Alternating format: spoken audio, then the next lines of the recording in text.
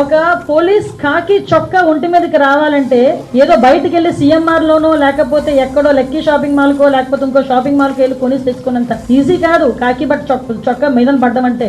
ఆ కాకి చొక్కా పోలీస్ కానిస్టేబుల్ దగ్గర నుంచి ఐపీఎస్ వరకు కాకి చొక్కా ఒంటి మీద పడాలంటే ఎగ్జామ్స్ రాసుకొని రన్నింగ్లు పాస్ అయ్యి వాళ్ళు బాడీ ఫిజికల్ ఫిట్నెస్ కి వాళ్ళు పాస్ అయ్యి అదే విధంగా ఇంటర్వ్యూలకి అటెండ్ అయ్యి కఠోరమైన శ్రమ చేస్తే తప్ప ఆ పోలీస్ చొక్కా ఒంటి మీదకి రాదు, ఆ కాకి చొక్కా ఒంటి మీదకి రాదు.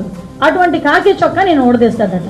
అది కూడా ఒక ఎక్స్ సీఎం మాట్లాడే భాష ఏమిటో నాకు ఒక అర్థం కావట్లే. అందులో ఆడవాళ్ళు ఉన్నారు. అనంతపురం ఎస్పీ ఒక లేడీ, అనంతపురం డిఐజీ ఒక లేడీ, అక్కడ చాలామంది లేడీ పోలీస్ కానిస్టేబుల్స్ ఉన్నారు, లేడీ ఎస్ఐస్ ఉన్నారు.